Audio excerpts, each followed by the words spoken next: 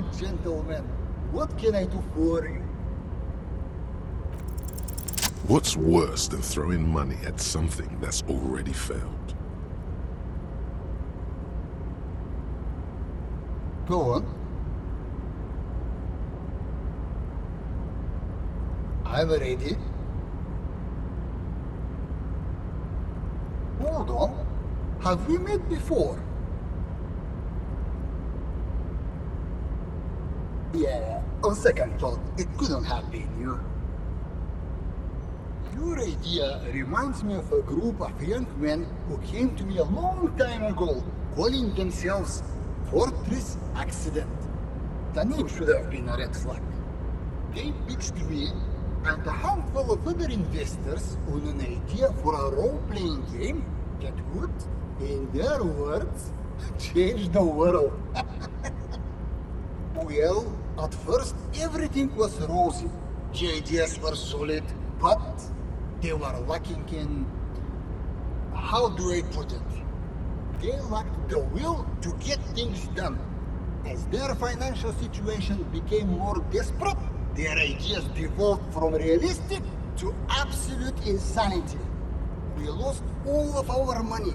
High archetypes never deliver. They're only good for peddling Welkins or whatever creeps they come up with. I guess the inordinate amount of time they put into drawing mythical creatures did not generate a return on investment. Nobody knows for sure, but the place can't be pretty.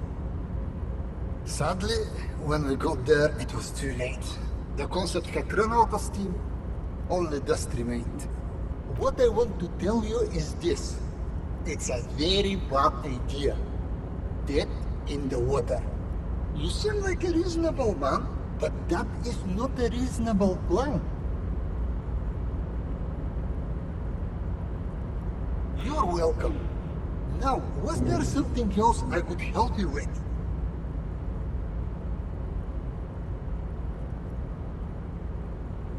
It was a real pleasure. Sadly though, my current lifestyle prevents me from remaining more than a brief time in any one place. Perhaps we'll meet again, somewhere far away. Farewell, friend, and may your peace of mind guide you to happiness.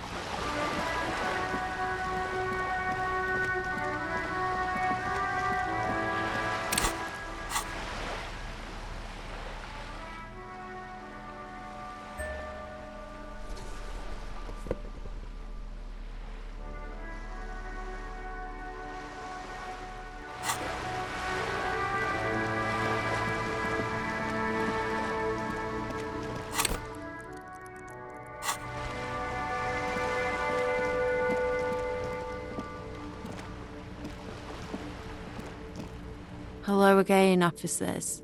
Have you come to admire my mural? I don't believe it. I've never known those boys to have manners.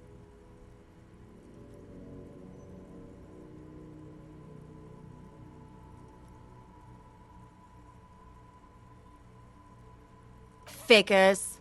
All of you are liars. They're such sweet boys though, aren't they? My sweet, sweet wannabe skulls. They'll never be accepted, but their hearts are in the right place. Fat chance. But you can still do your part to revitalize the neighborhood. She throws you a conspiratorial glance, then presses her finger to her lips and squints up at the sky, as though straining to hear something in the distance. Have you noticed the quiet? Every so often, you might hear a gunshot pierce the air somewhere in Jamrock. But in Martinez, no gunshots, no sirens. The people are languishing in boredom and complacency. This place is a sepulchre. We'll paint it red.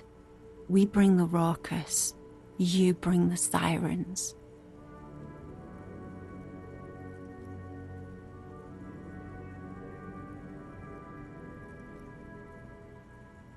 I don't believe it. I've never known those boys to have manners.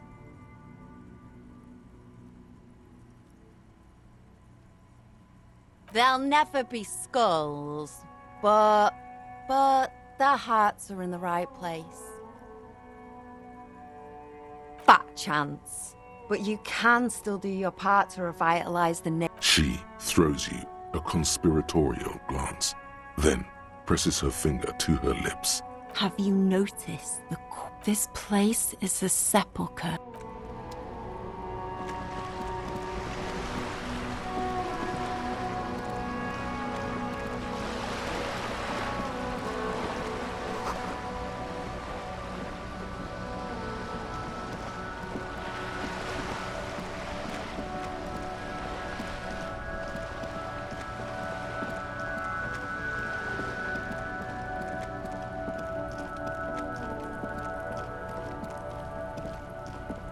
Trying to sneak up on me again? Trying to snuff me out? Get away, pig!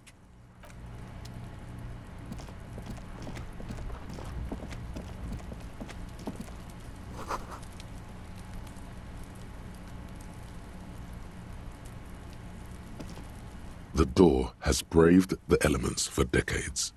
The copper nails holding the upholstery in place have turned green from sea air, and so is the knocker, shaped like a lion's head. The key stops midway in the lock. The lieutenant looks first.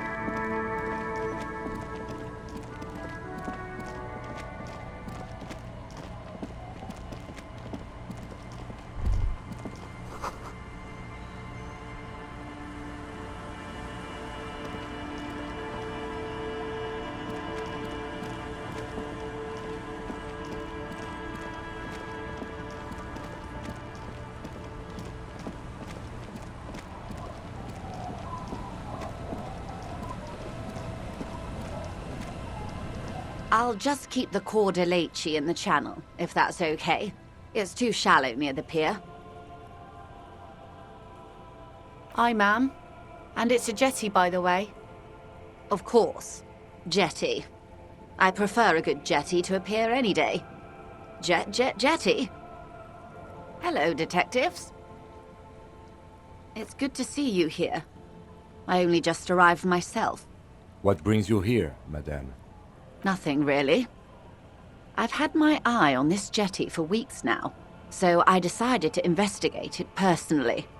This cluster of buildings isn't on any of the official maps, as far as I can tell. That. And she's also keeping an eye on you. Spying has such a negative connotation. I did track your progress along the coast, however, and decided I would be better able to assist you from here. Then there's the matter of that little scamp in old lady clothes. She threatened to paint the cordelate she read. Like blood, you see. Well, I like it the way it is. White. What is this? Destruction of property? Hooliganism? Elder abuse? And who is this scamp, anyway? No need. Lillienne and I are getting on much better. For one, she appreciates the concept of rent.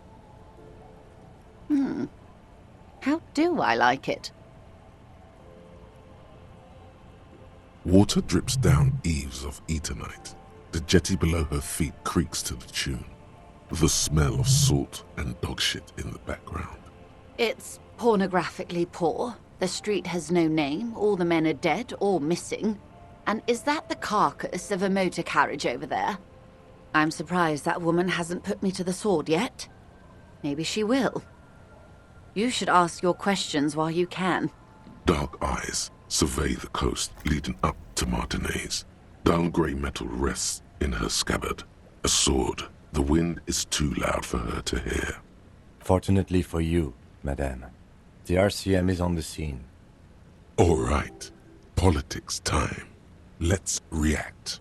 Real men, real politics, real thoughts in your head.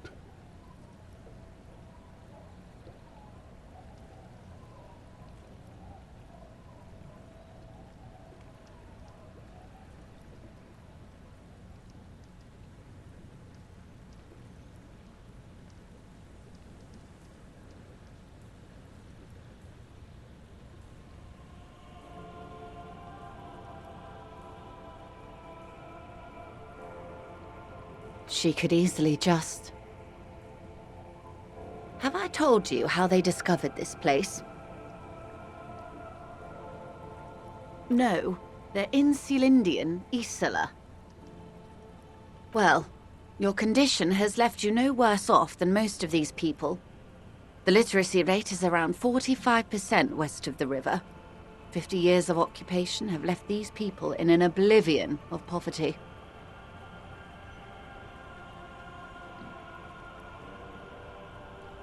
I knew you would sympathize. Most Revacholians will never know what this place means. Our home. This island of matter. Or why they were ferried over in the first place. Remind me to tell you one day. For now, how can I assist you in this new location? Do we? I hear you have singled out a suspect and are in pursuit. This is cause for cautious optimism. I would not want to delay you. This story she will tell only before she leaves Martinez, at the very end of her stay. Maybe there is something else I can assist you with, while you're hot in pursuit?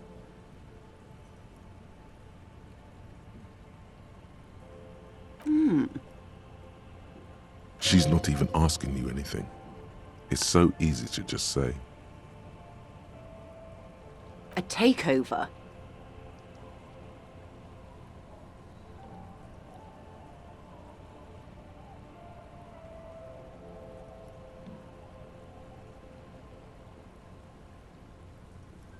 If they're taking it... Green livery, changing into red, blot by blot. Like a cancer of the blood, metastasizing. Then we're talking about a war.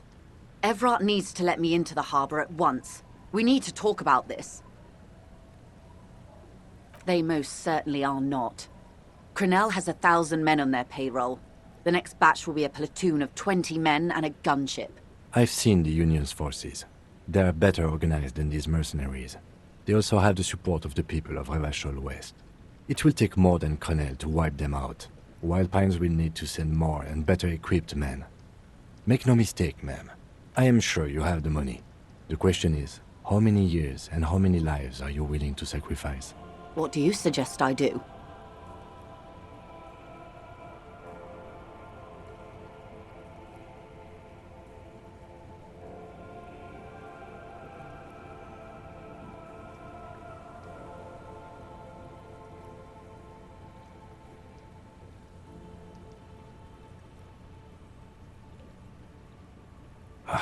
Maybe so, Detective. But that doesn't mean we are not obliged to try and stop it. He's right. There will be slow, simmering, hideous civil war. The beginnings of a failed state. No apocalyptic rapture, just ugliness. What will I do? Her arms fall to her sides. Her spine relaxes. Did I ever tell you how they discovered this Isola? During our reality lowdown?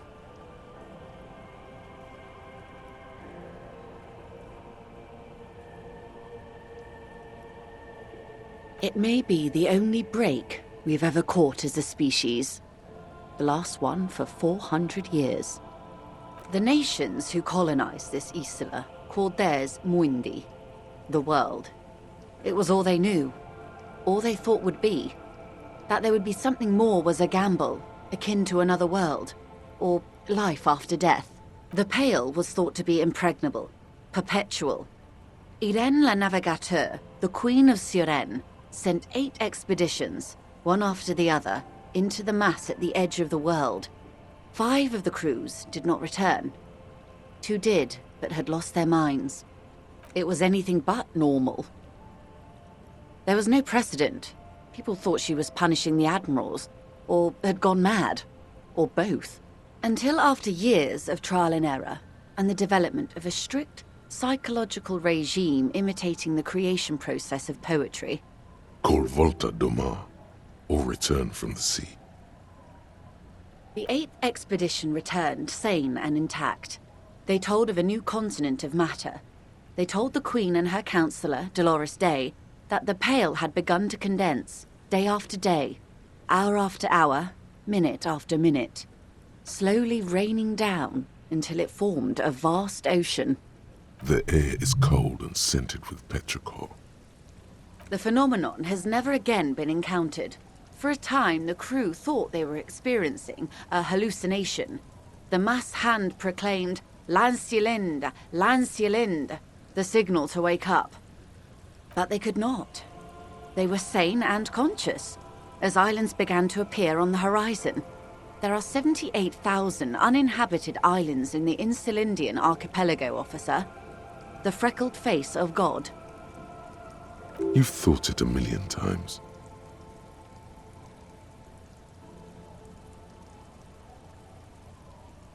A total shift in human comprehension of reality. On the second day, a great skua was shot down above the flagship Lizargique.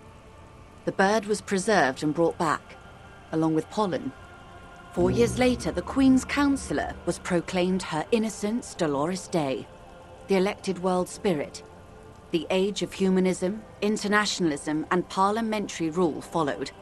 We were high.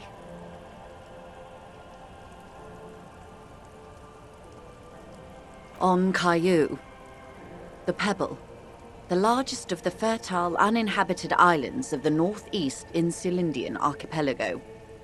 4 centuries and 2 revolutions later, the first living, autonomous organism. Proof of reality. It's the symbol of Insulinde, Detective. The coat of arms of the suzerain and the wings on the crest of the commune. The nations of Mundi proceeded to discover 5 more Isolae. Or they discovered us. All in the rush of the great inter-Islary reconnection. But these others weren't uninhabited. We had to kill people there. Wipe out indigenous populations, gunboat economies, or they came to do the same for us, or had done to each other. But here, there was no one but the Skua, the Liliat Seyer, and the Blood Beach, and the River Esperance. It was the new world.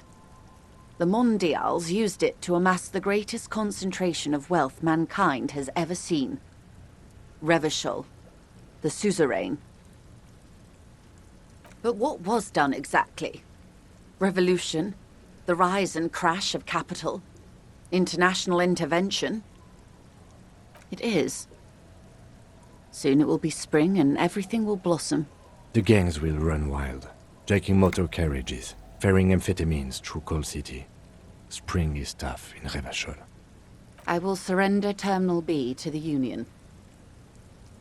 She puts her hand in the rain. She's silent for a second. We will see. Ma'am, this may well unravel property law this side of the river. If that occurs, we may never see the end of this kind of confrontation. The next time there will be 2 strikes, then 4, then 100. What happens will happen. The age of capital has only begun. I will talk to my employers in person. We will amputate and cauterize Martinez, if you handle the situation on the ground. Yes, Mr. Clare has a 2-month head start. I can't let it grow any bigger. And I've exhausted all my options from here. There are no employers. She's a member of the board, probably a partner. You are the citizens' militia. There are no superiors. You're wrong, Detective. And next time, you should confer with those superiors before you go setting events in motion. Events are already in motion.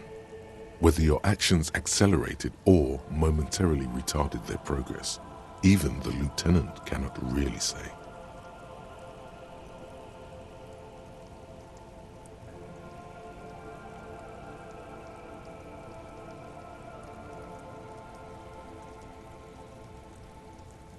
Here I am. I am the face, and I'm here to answer. Joyce Leyton. Keep the peace, and I will keep my end of the bargain. How far along is Cronell's investigation? The confrontation is imminent. They have followed in your footsteps. As your investigation reaches a climax, so does theirs. They are your shadow. Arm yourselves. Armor yourselves. Protect their targets. Violence may be unavoidable, but we can limit the casualties. Soon. I do not know precisely. They have cut off all communication, you see. They know I've been feeding you information. One last thing, Lieutenant Dubois. I've given the matter much thought and come to this conclusion. You're not an amnesiac. You're insane. I know, because I, too, am insane. I just hide my illness better. And I'm rich.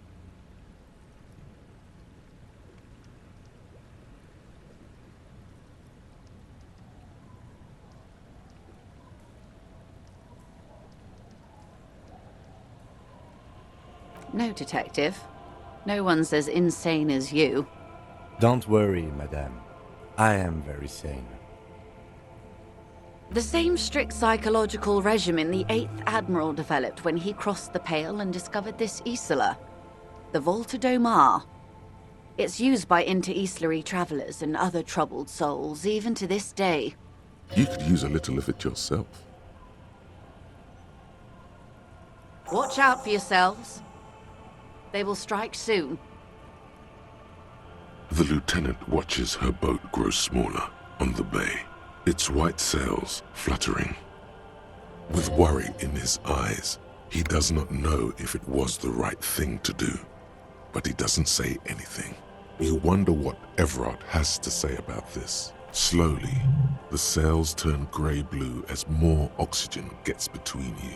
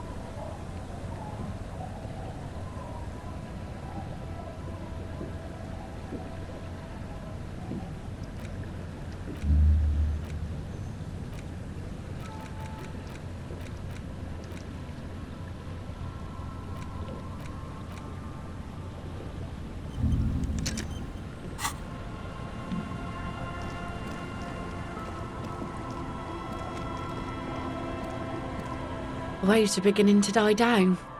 Look at those little bastards. Simmer down. Simmer down, bastards. Why does she care about the waves so much? What is it with waves and fishermen? We need to be out there with them, fishing, making a living. So I asked them to accommodate me. But until that happens, I can try to assist you the best I can. So, what will it be, officer?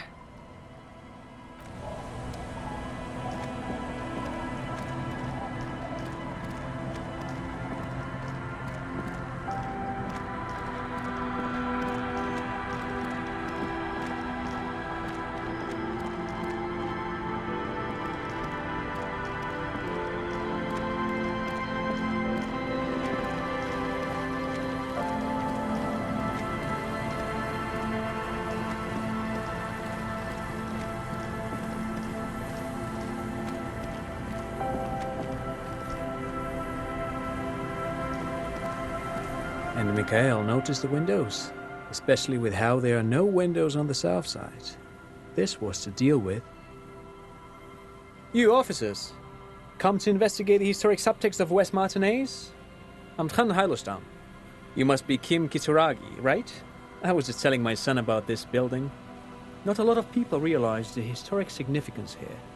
Very rich in hypertext. Nice to meet you. Yes, hypertext. Young carp and the collection of cultural hyperlinks. He's just making up fancy words. This doesn't mean anything. Oh yes, so Mikael. They had to deal with monitor glare, especially in the summer. They still had vector monitors back then. That was 49 years ago. So they didn't have windows on the south wall. No, I can't say that we've met before, but I've heard of Kim, of course. Mikael, say hi to the officers.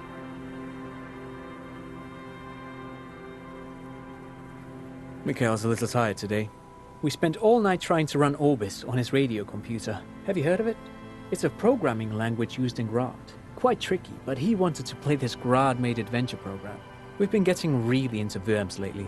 The man speaks in the artificial cadence of a professor, or someone who's been on too many radio shows. But I assume you're not here for giant worms when there are so many real things to see. Just as I was telling Mikael before, this is where the Coalition landed in 08. We could be standing on what is the most interesting landmark in Revachol West. This man is your half-brother. You feel it. But why? No, I'm afraid I can't help you with this one, officer. It's just a regular day off for me and Mikael here. So you haven't seen anyone around? No, I'm sorry. As I said, this is just a day off. We just arrived anyway. Aha! But it's not just any empty old building. What not a lot of people know is, this used to be the R&D department of Felt Electrical. And Felt, which now sells ink cartridges mostly, was once a top dog in the turn-of-the-century cybernetics boom. Hold on. What's R&D? It looks old and weathered, with seagulls picking apart its stone and metal carcass. Bushy undergrowth has taken hold of the collapsed rooftop. Some kind of bird has set up a nest on a broken windowsill. Apologies, it's an acronym for research and development. They don't use it anymore. You're probably more familiar with RTD, Research and Technological Development. Mea culpa. You are not familiar with that one either. This man is a bookhead. That's not surprising. Only a vestigial ink cartridge and ferrotape manufacturer remains. They started out as a midway electronics outfit in Königstein 2 centuries ago. After an aggressive move to Revachol, Feld became a global player in the emerging personal electronics market of the pre-revolutionary era. Still, Tricentennial was beating them in business machines. But Feld had an ace up their sleeve, or should I say they were developing an ace up their sleeve? I'm mixing my metaphors here. It was here in Martinaise, possibly in this very building, that they developed prototypes for a tape computer. An elegant folding mechanism of rollers and ferrotape ribbons, portable enough to be a take-it-home solution. Revolutionizing business machines, possibly even bring them to the average consumer, which is a feat of engineering even today's giants, Rehm, ICN and ZAM, haven't achieved yet. He assumes something like a combat stance, facing the wind. Indeed. What? The revolution! Unfortunately, their moonshot project never made it to the market. Veld's move to Revachol backfired. The revolutionary government liquefied their assets and expropriated those very advanced prototypes. Possibly from this very building, or one of the adjacent ruins. All of this was built by Veld, even the boardwalk. Wild Pines built Martinez proper as a resort for their middle management. Veld built this side of town for R&D. Yes, they even built a pleasure wheel, but that got destroyed in the war. A pleasure wheel? Yes, to lure in their star engineers. This part of Martinez was nothing but reeds before Veld arrived. They had to make the prospect of living here attractive. It was supposed to become a global center for innovation in cybernetics. But history had other plans. Oh, I'm afraid it didn't end well for the boys. But this story is a bit too dark for little Mikael here. Now, if you were to ask about tape computers... Wait, is he saying that we should just bypass the excesses of the revolution?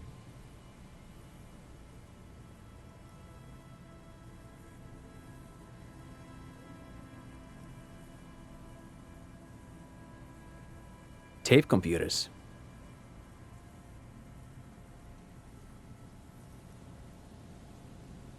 They used them for military communications, but also to write and send out press releases, the most notorious example being Le Décret de Mars. What's the Mars Decree? I mean the radio transmission sent out to news agencies and world governments by the newly created Commune of Revachol on the 7th of March in the year 02. It's a beautiful piece of text, actually. A singer-songwriter I know, Charette, called it a love poem to Revachol on her political concept album, Bombe Bessere dans le Linde. You should read it. Every local library in Revachol stocks a copy of the decree. I tried to get Mikael to memorize it. Tried to. Someone was much too interested in worms to be paying any attention. The kid takes a peek at the green and silver worm on the cover of the book, already forgetting about this part of the discussion. Actually, no one knows. No one even knows what a computer made entirely of tape would look like. But word has it, they were very elegant, exquisite, alien-looking turn-of-the-century hardware. 10 years ago, I did a little freelancing, I guess you could say. I was a special consultant for an exhibition at the Wompty Dumpty Dum Center in Vredefort, Oranje. It raised the same questions, and we had lengthy discussions with Paul Ockerman, who was head curator at the time. This was before the twins Keith and Guy Jews joined the team, trying to... Wait, did he just say Wompty Dumpty Dum Center? He did it. He said Wompty Dumpty Dum Center, like it's the most natural thing in the world. What the hell is a Wompty Dumpty Dum Center? And who the hell are Keith and Guy Joost? The Wompty Dumpty Dum Center for Contemporary Art. The exhibition itself drew on Lagerman's notion of memory, and so there were some parallels. That's why the head curator, Paul Ockerman, chose to... In fact, I'm not. The Wompty Dumpty Dum Center is a place you can visit if you're ever in Vredefort and are ever in the market for an exhibition space / contemporary art research center. But perhaps I should return to the tape computers. As I was saying, the device itself was very elegant, fragile even. One could write directly on the tape using a special chemical solution. The machine would then analyze the handwriting, perform operations, and project output onto a white screen. It was a beautiful, delicate thing. Made of black film and folding tape structures. Very, very cool. Though I understand the socio-economic causes of the revolution, it pains me to imagine the revolutionaries setting fire to this precious device. But so they did. The Veld playback experiment vanished into the fires of 07. Yes, the official name of the prototype. Some sources report it as the Felt Playback Experience, but those are incorrect. Who knows? Maybe it was an accident, or maybe they didn't want the technology to end up in the wrong hands. Either way, they're all gone now. All 3 versions of the prototype. Nothing but debris and ashes remain inside that building. But of course, what else? I do have some money, yes, but that's not what's really important here. He's not gonna give you money. What are you doing? Clearly you were just profiling. No, I mean, come on. You need the money. If it's not a thing, he can give you some.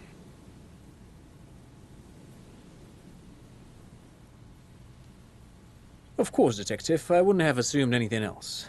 Matter of fact, I don't know if you're familiar with this, but the Vespertine Department of Justice has published a rather interesting paper on the criminal profiling in former socialist states. Have you read it? If not, then you definitely should. If not for tips and tricks, then just for theoretical curiosity. Anyway, that's just a little something that sprang to mind. You were saying? No, thanks to you for having me and little Mikael here to pick your brain. A very interesting conversation indeed. Pick your brain. If anything, this was rather one-sided. He did the talking. Whatever.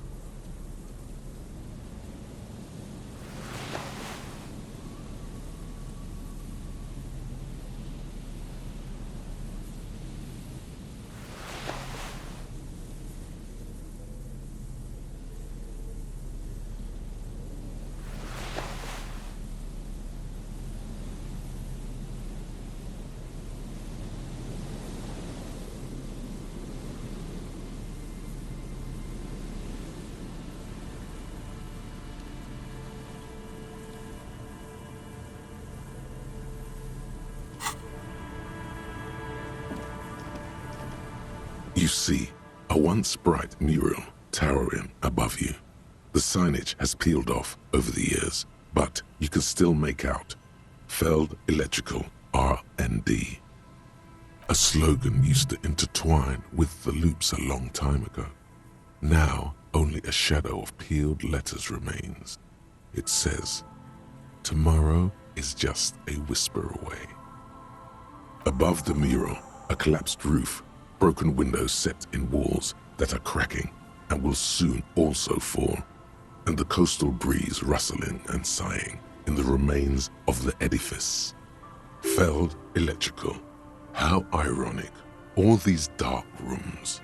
There's something in the wind. Sometimes the only way to go forward is to fail first. Indeed, somehow you knew it was here. An urban ruin gutted by looters that once used to consume money and dispense warmth and light. You felt it before when it rained in Martinez, and you felt the cold of the rain. The feeling persists. It has been in you ever since. In there? She could. Or she could be in the identical room over there, or in that boat shack, in that church tower maybe. Why single out this one building?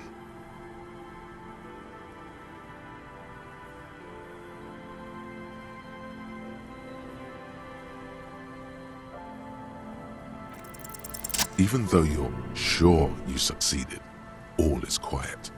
There is no cold hand brushing against your forehead, no rustle in the reeds. The wind has died down. The ruin in front of you is silent as a tomb.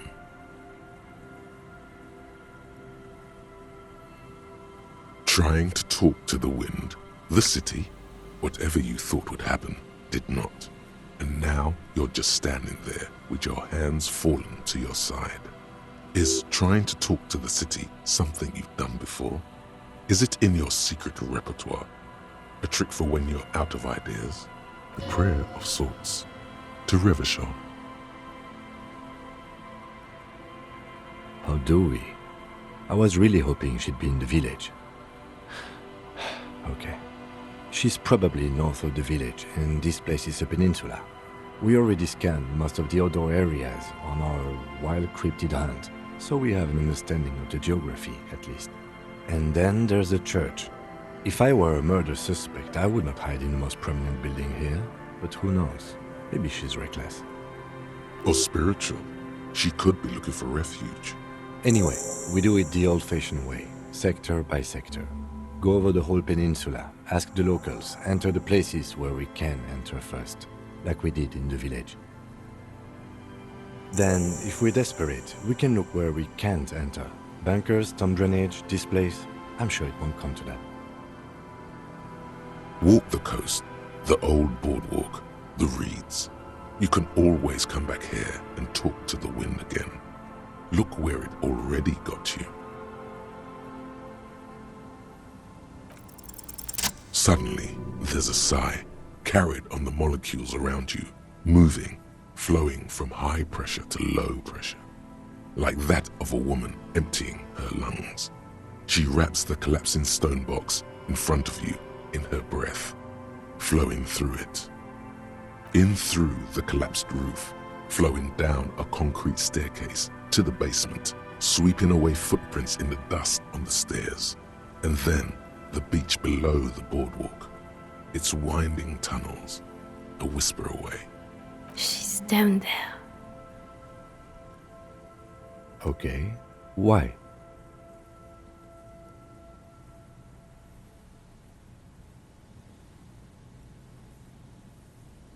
So, how do we get in there? The doors were on the collapsed side of this building. They're gone, basically. Finally, my time to shine. Perhaps you can climb them. We are not climbing anything. I'm 43 years old, and I plan to live to see 70.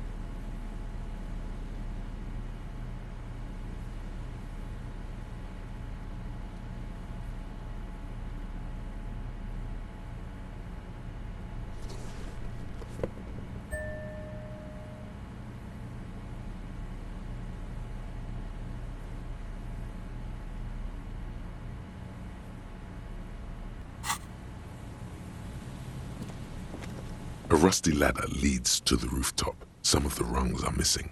Yeah, that doesn't look good at all. The distances between the remaining rungs are rather wide.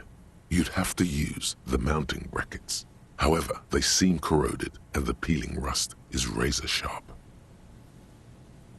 In addition, the first rung is going to be tough to reach. It's what, 3 meters above the ground? And you're 180?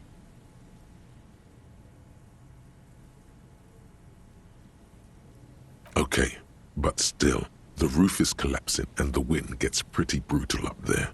Dismounting from the ladder is going to be hard. Perhaps if you were to not climb the ladder. Instead, what if you were to do something more subtle? What if you were to reconceptualize climbing the ladder? Astral projection.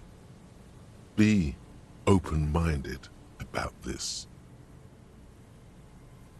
Teleportation is not a thing.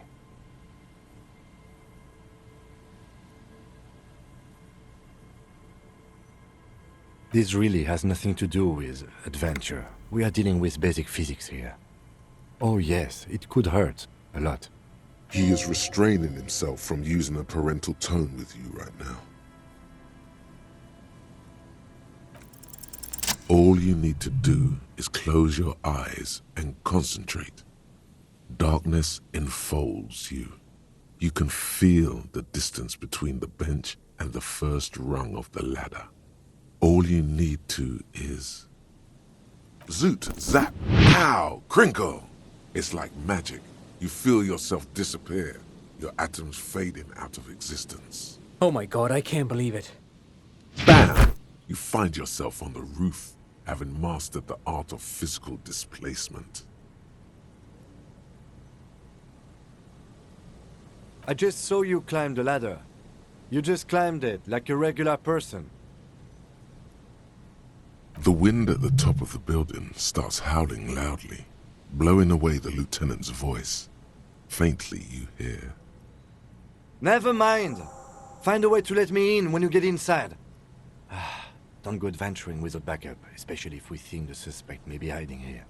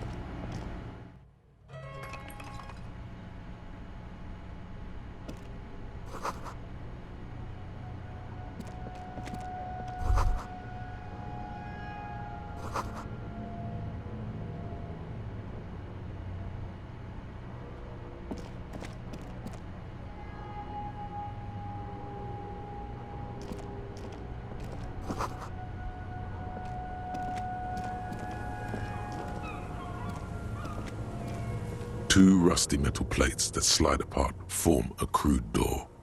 It's been here under the boardwalk for a while. What do you mean, who's there? It's me, Kim. Stop playing around and help me get the door open.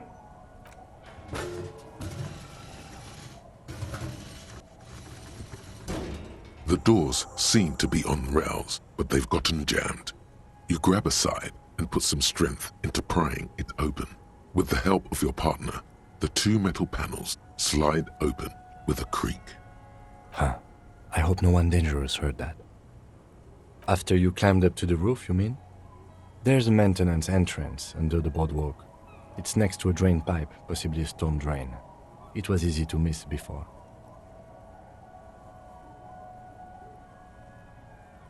Yes, we have an exit, so let's get going. Time to investigate these passages.